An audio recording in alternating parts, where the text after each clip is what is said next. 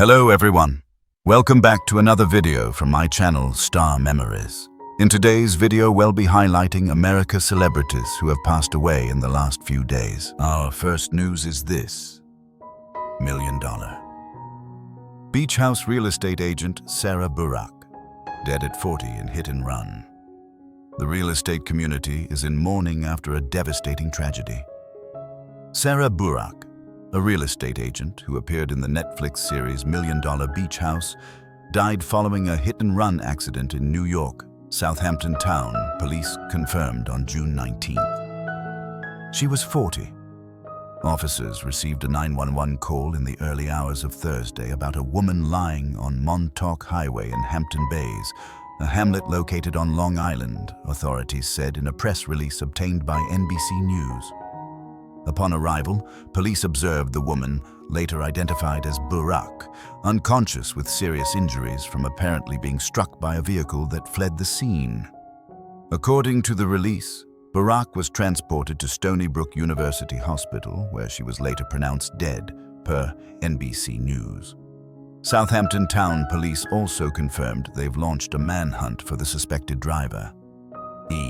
News has reached out to authorities for comment and has not heard back.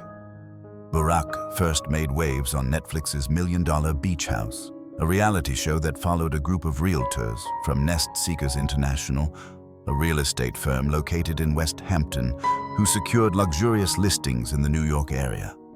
But before her brief stint on the series, which ran for one season in late 2020, she had been part of the agency for over a decade.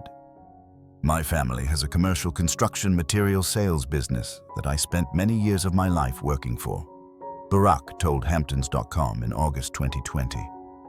I have always been intrigued by real estate projects and decided to become a broker after my experience as a summer property manager in the summer house I would rent. And while she briefly branched out and sold properties in Manhattan, she was always interested in building her name in the Hamptons. I have been spending half the year in the Hamptons for the past 11 years, she continued. It was only natural to turn my love for real estate into a blossoming career. Second news. Food Network's Duff Goldman details last conversation with Anne Burrell. Duff Goldman is remembering his friend Anne Burrell. The Ace of Cakes star reflected on his complex relationship with his fellow Food Network star following her sudden death on June 17th at the age of 55. I've written and rewritten this post so many times in the past 24 hours, and I just don't know what to say. Goldman began his heartfelt tribute posted to Instagram June 19th alongside a photo of himself with Burrell. Anne and I became friends in probably 2006. She was going through some stuff, and I had heard that she was feeling it, so on a trip to NYC from Baltimore, I had made her a cake that said, "Don't let the bastards win." She never did. We had a complex relationship, and I remember the last conversation we had before our paths drifted was a pretty feisty debate about the merits of catfish, he continued. I believe the words trash fish, taste like mud, and cake boy were used, ha ha. The 50-year-old, who shares daughter Josephine Goldman, 4, with wife Jonna Colbury, went on to talk about their friendship dynamic and detailed a recent chance run-in with the worst cooks in America host. Anne and I always had a spirited and somewhat acerbic back and forth, Goldman said. I really never knew why our paths drifted, but I always hoped that wherever she was, Anne was doing well and was finding some happiness. Then a year or two ago, I was at a gala in NYC with my wife and daughter, and I took Josephine out to the lobby to give her a break from sitting at a table listening to speeches, the Kids Baking Championship host continued. We were playing with the marble columns, and as we rounded one, we saw Anne. Now, at this point, we hadn't spoken in years, and I won't go into what we talked about, but I will say that conversation left my heart lifted and full of light, for it truly seemed to me that Anne really had found a measure of happiness and love. Goldman also expressed his delight at the place in life that Burrell, who married Stuart Claxton in 2021, had reached. Life is tough, and we have to be tough to get through it, he wrote.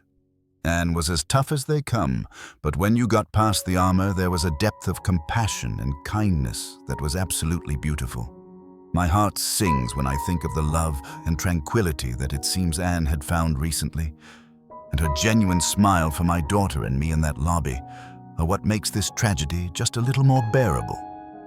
He finished by pondering what they might be able to do together if they're ever to be reunited someday.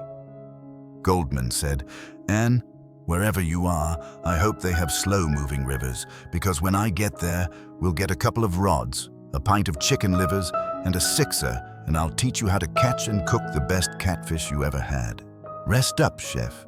Lou Christie, Lightning Strikes singer and teen idol, dies at 82. Lou Christie, who topped the Billboard Hot 100 in 1966 with Lightning Strikes, has died. He was 82. A representative, Mary Fox, confirmed to USA Today on June 18th that the Pittsburgh-born singer had died June 17th. A cause of death was not given.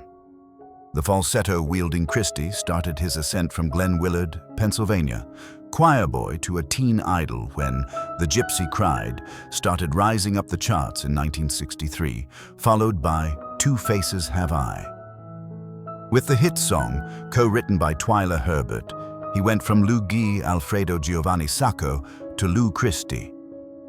A few years later, he made a name for himself when Rhapsody in the Rain was banned by radio stations for what was deemed suggestive lyrics. Then in 1988, more than a decade after Christie released his rendition of Beyond the Blue Horizon, the song made an appearance in the Oscar-winning film Rain Man. It was also included in the soundtrack of 1993's A Home of Our Own. Lou Christie continued to perform into his 80s. Christie, according to his website, started his career in a 2-track studio in Glen Willard with no musical training. He told the Beaver County Times, part of the USA Today network, in 2016, that his first public performance was a first-grade Christmas pageant in which he sang Away in a Manger.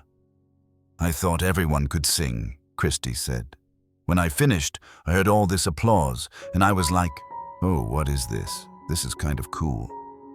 As a Moon Area high school student, he formed a band called the Crewnecks, followed by another group called Luigi the Lions. With the Lions, he performed in church basements or school gymnasiums. We do 5 a week, maybe 3 or 4 on a weekend. Christie appeared to have performed as recently as 2023 when he was 80.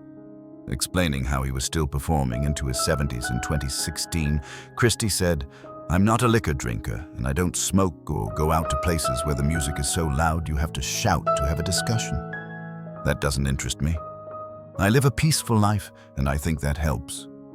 He added, "When you're performing in Wales and England, or traveling through the South and beating yourself up with such a busy schedule for years, you start to wonder, does anyone really know what I'm out there doing, other than the fans who are so dedicated? That's the nicest part of my career. I've had incredibly devoted fans."